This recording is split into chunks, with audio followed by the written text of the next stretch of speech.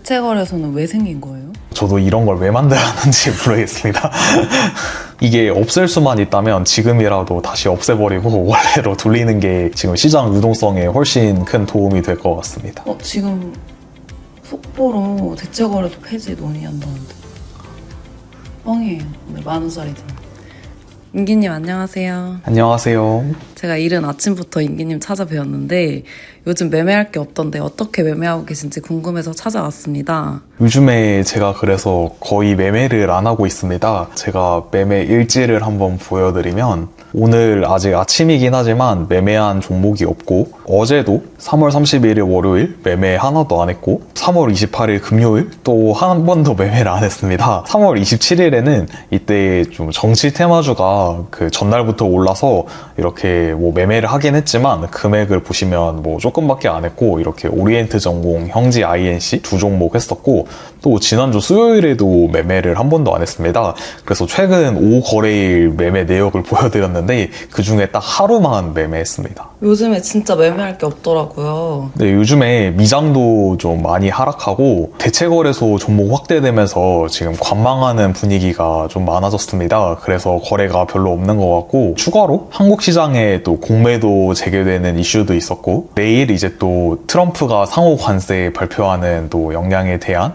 이런 우려감도 있습니다. 그리고 대통령 탄핵 결정에 대한 지금 불확실성도 좀 있으면서 다들 관망을 하는 분위기인 것 같고 테마나 종목이 좀 전혀 나오지 않는 상황인 것 같아서 저는 거의 매매에 참여를 안 하고 이렇게 지켜만 보고 있습니다. 그 대체거래소가 되게 요즘 시장에 큰 화두인 것 같은데 대체거래소가 생긴 이후에 시장 변화는 어떻게 일어났나요? 원래는 오전 9시부터 오후 3시 30분까지 이렇게 정규장 거래가 진행됐는데 프리마켓은 오전 8시부터 그리고 애프터마켓은 오후 8시까지 이렇게 대체거래소에서 거래가 확대됐습니다. 그런데 제가 좀 시장 분위기를 살펴보니까 가끔씩 특별한 이슈가 있거나 전날에 좀 관심을 많이 받은 종목 같은 경우는 오전 8시부터 좀 살펴볼 필요가 있는 것 같고 그런데 애프터마켓이 오후 3시 40분부터 오후 8시까지의 시간은 거의 개인들만 거래를 하기 때문에 정말로 특별한 상황이 아닌 이상은 잘 지켜보지 않을 것 같습니다. 그런데 프리마켓이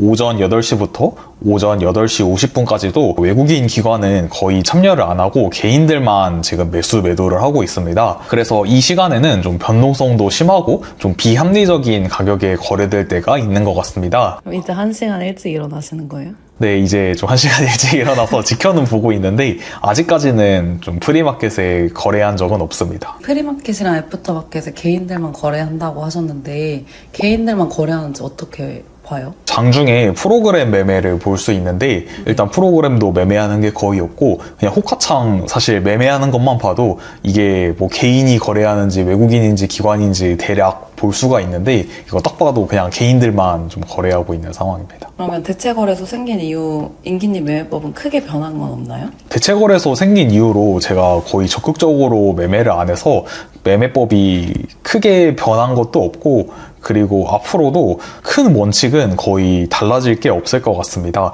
대체거래소 생기고 나서 약간 장단점 같은 게 느껴지시는 게 있으신지 궁금합니다. 단점이 대부분이라고 말씀드릴 수가 있는데 일단은 거래소가 2개로 분리됐습니다. 이게 한국 시장은 안 그래도 유동성이 없는데 이게 거래소가 또 2개로 나눠지면서 더 유동성이 없어져서 좀 거래 대금도 많이 줄고 시장 분위기가 안 좋아졌습니다. 그게 가장 큰 단점이라고 볼 수 있고 어차피 뭐 프리마켓이나 애프터마켓은 거의 거래를 하지는 않겠지만 그래도 좀 거래가 되기 때문에 정규장에 거래될 게 그런 시간에 거래되면서 좀 수급이 분산되는 영향도 있고 저도 이렇게 1시간 일찍 또 장을 봐야 된다는 이런 단점도 있는 것 같습니다. 그리고 넥스트레이드랑 한국거래소에서 거래가 따로 되다 보니까 이게 차트랑 또 호가창의 왜곡도 조금은 있습니다. 그래서 일봉 차트를 볼 때 저는 이거를 KRX만 볼 수도 있고 통합으로도 볼 수도 있고 넥스트레이드로만 볼 수도 있는데 저는 넥스트레이드 거래되는 시간에는 특히 오전 8시 같은 때에 합리적이지 않은 가격으로 막 한 주 또 몇 주 이렇게 거래되고 나서 이게 차트가 좀 왜곡되는 상황이 많아가지고 저 일봉 차트는 좀 KRX 차트 위주로만 보고 있습니다. 그리고 그나마 장점이라고 볼 만한 것은 이게 주문을 하실 때 여기 SOR이 있고 KRX, NXT 이렇게 3개로 나눠서 주문을 넣으실 수가 있는데 여기서 정규장 9시부터 3시 20분까지의 시간에는 이게 SOR 주문으로 매수 또는 매도 주문을 하시면 이게 KRX나 또 NXT 중에 유리한 거래소로 주문이 들어가기 때문에 호가에서 조금은 더 유리하게는 매매할 수는 있는 것 같습니다. 그 수수료나 세금은 같아요?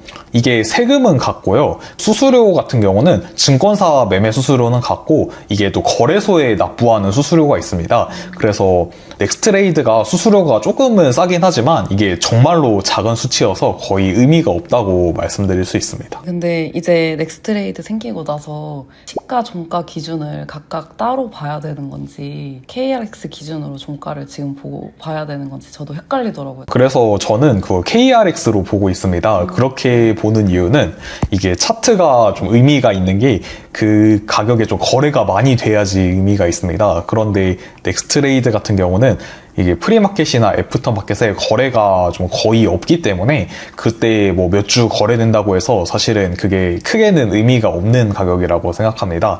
그래서 거래가 대부분 일어나는 KRX 위주로 저는 확인하고 있습니다. 대체 거래소는 왜 생긴 거예요? 저도 이런 걸 왜 만들었는지 모르겠습니다. 이게 없앨 수만 있다면 지금이라도 다시 없애버리고 원래로 돌리는 게 지금 시장 유동성에 훨씬 큰 도움이 될 것 같습니다. 지금 속보로 대체 거래소 폐지 논의한다는데 뻥이에요. 오늘 10,000원짜리잖아.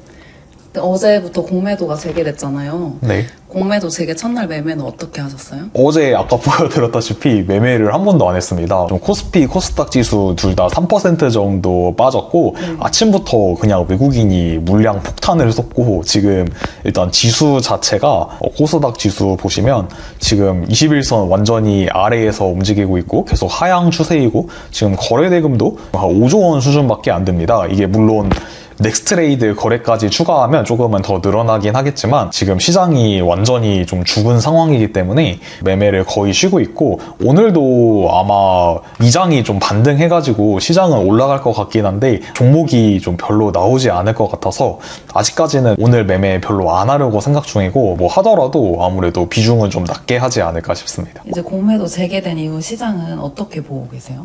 저는 공매도가 재개된다고 해서 무조건 나쁘다라고만 볼 수는 없는 것 같습니다. 아무 종목이나 공매도들이 공격을 하는 게 아니라 좀 추세가 안 좋은 특히 죽은 종목들 위주로 많이 공격을 합니다. 그래서 이렇게 좀 하락하고 있는 종목 같은 경우는 특히 공매도 공격을 좀 많이 받을 확률이 높습니다. 반대로 외국인이 만약에 공매도를 한다고 하면 공매도만 하는 게 아니라 이게 또 시장이 올라가면 리스크가 있기 때문에 공매도 치는 종목이 있으면 또 그만큼 매수하는 종목도 있습니다. 그런데 반대로 매수하는 종목은 정배열인 상승 추세에 있는 종목 또는 많이 올라서 쇼커버링 들어가는 종목들 위주로 매수가 들어올 거기 때문에 아무래도 이게 하락하는 종목은 이제 더 안 좋고 또 상승하는 추세인 종목은 더 상승하는 이런 좀 양극화된 시장이 발생할 것 같습니다. 그래서 오히려 좀 주도주를 매매하는 경우에는 크게는 걱정할 게 없는 것 같고 오히려 좀 2023년 시장에 그 2차전지 종목들이 그 공매도 쇼커버링 들어오면서 크게 급등했던 적이 있는데 이런 시장 주도주들은 오히려 더 긍정적인 영향을 미칠 수도 있을 것 같습니다. 지금 이제 장 시작한 지 1시간 정도 지났는데 매매는 잘 하고 계신가요? 아침에는 좀 잘 되는 것 같았는데 지금 좀 물렸네요. 하나 에어로스페이스에 물리신 거예요? 네, 이런 날은 그냥 좀 관망을 했어야 되는데 이게 아무래도 촬영하다 보면은 뭔가 좀 매매를 하게 되더라고요. 촬영 핑계 대시는 거 아니에요? 네, 맞아요. 네? 인기님 매매하시는 거 보면 단타 하실 때 지수를 같이 보면서 하신다고 하시잖아요. 어떤 식으로 같이 보면서 하시는 거예요? 일단 큰 틀에서는 코스닥 지수가 좀 일봉을 봤을 때 하향 추세일 때는 장이 안 좋은 상황이기 때문에 오늘과 같이 이렇게 올라갈 것 같다가도 윗골이 달 때가 많아서 좀 보수적으로 매매하는 편이고 반대로 일봉이 상승세일 때는 시장이 강하기 때문에 아무래도 비슷한 조건에 사도 갈 확률이 더 높아서 네. 좀 더 적극적으로 매매하는 편입니다. 그리고 하루 동안의 지수 흐름은 매우 강한 날이나 매우 약한 날은 좀 영향을 받을 때가 많고 변동성이 심할 때 이럴 때는 좀 잘 체크하는 편인데 그게 아니라 뭐 특별한 움직임이 없을 때에는 크게는 신경 쓰진 않습니다. 그럼 요즘 시장에서는 지수를 좀 같이 보시면서 매매하세요? 요즘 시장에는 지수가 좀 크게 하락 방향이기 때문에 네. 가능하면 좀 최소화하려고 하고 있습니다. 지금 이제 시간이 11시인데 오전장 매매 잘 하고 계신가요? 아까 제가 하나 에어로스페이스 샀었는데 네. 요즘에 역시 장이 안 좋아서 그런지 좀 사고 나서 좀 계속 떨어져가지고 네. 지금 보니까 0.73% 해서 손절을 해서 한 400만 원 정도 손절했고요. 갑자기 탄핵 선고일이 4월 4일로 결정됐다는 이렇게 뉴스가 나오면서 정치 테마주가 급등을 했는데 제가 오리엔트 전공 매수해가지고 한 880만 원 이렇게 또 수익을 냈습니다. 그래서 오늘 오전에는 이렇게 487만 원 수익이 났습니다. 그런데 이게 제가 형제 글로벌이 가장 먼저 상이 들어갔는데 네. 이거를 좀 잡았으면은 내일 갭 상승을 크게 해서 좀 많이 수익을 낼 수 있었을 것 같은데 네. 이거를 잡지는 못해가지고 그냥 적당히 정리하고 다 팔았습니다. 그러시면 그 임기님이 보시기에 대장주 그리고 2, 3등주는 뭐였던 것 같아요? 일단은 정치 테마주는 그냥 상승률로만 보면 네. 오늘 형지 글로벌이 제일 먼저 들어가가지고 이게 일단은 대장주인 것 같고 그 다음이 이스타코 그리고 오리엔트 전공 순으로 상한가 들어갔습니다. 근데 요즘 시장같이 매매할 게 없을 때 매매할 게 없다 이렇게 판단을 하거나 아니면 좀 빠르게 이슈가 생겼을 때 이거 좀 매매해볼 만하다 이렇게 판단하는 게 좀 어려운 것 같아요. 아, 네, 맞아요. 그래서 장이 안 좋을 때 저도 매매를 쉬는 게 되게 중요하다고 말씀드리고 있는데 이번에 개편된 타점 라이브 4월반부터는 매일 시황 리포트가 올라갑니다. 그래서 매일매일 강한 테마와 대장주 그리고 중요 이슈에 대해서 제가 장 끝나고 계속 올려드리고 있고 중요하게 전달드릴 만한 이야기가 있으면 장중에도 좀 업로드하고 있습니다.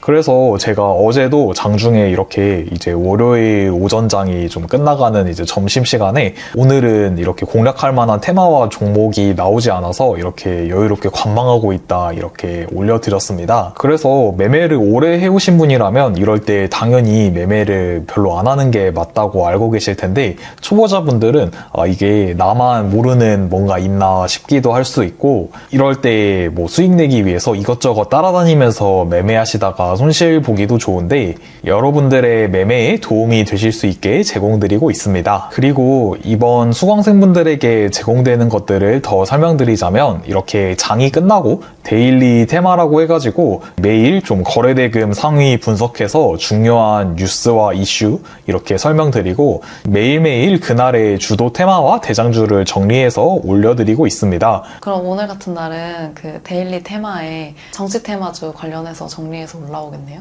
어제도 이렇게 이재명 테마주에서 형지 글로벌이 대장주였다 이렇게 올라갔었는데 오늘도 또 정치 테마주가 강세를 보이면서 이렇게 올라갈 것 같습니다. 그리고 매매 복귀 챌린지도 진행하고 있는데 여러분들이 좀 매매 내역을 복귀해서 올려주시면 제가 매주 수요일 8시마다 라이브 수업을 통해서 한 주간 시장 브리핑과 제 매매 관점에 대해서 자세히 설명드리고 있는데 수업 내용에 반영해서 말씀드릴 예정입니다. 그리고 타점 라이브 4월반 수업 수업은 4월 2일 수요일 오후 8시에 처음으로 시작되니까 관심 있으신 분들은 아래에 고정 댓글을 통해서 신청하실 수 있으니까 확인해 주셨으면 좋겠습니다. 4월 시작인데 그 앞으로의 단타 대응 전략은 어떻게 되세요?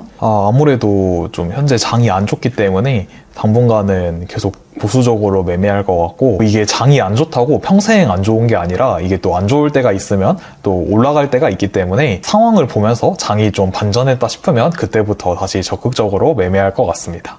그러면 구독자님들은 4월 시장 어떻게 대응하셨으면 좋겠어요? 4월 시장이 앞으로 어떨지 모르니까 뭐 어떻게 대응할지 미리 말씀드리기는 어려울 것 같고 일단 현재와 같은 분위기가 이어진다면 수익을 내야겠다는 조급함보다는 일단 지키는 것을 중요하게 여기시고 매매를 하시면 될 것 같고 만약에 또 시장 분위기가 또 달라져서 또 좋은 시장이 온다면 기회를 잘 잡아서 잘 수익을 내셨으면 좋겠습니다. 저의 관점을 가장 먼저 받아보시고 저와 함께 매매한다는 느낌으로 참여하시고 싶으신 분들은 이번 타점 라이브 4월반에 함께 하시면 좋겠습니다. 여러분들의 4월 첫 거래일 매매는 어땠는지 댓글로 남겨주시고 오늘 영상도 시청해주셔서 감사합니다.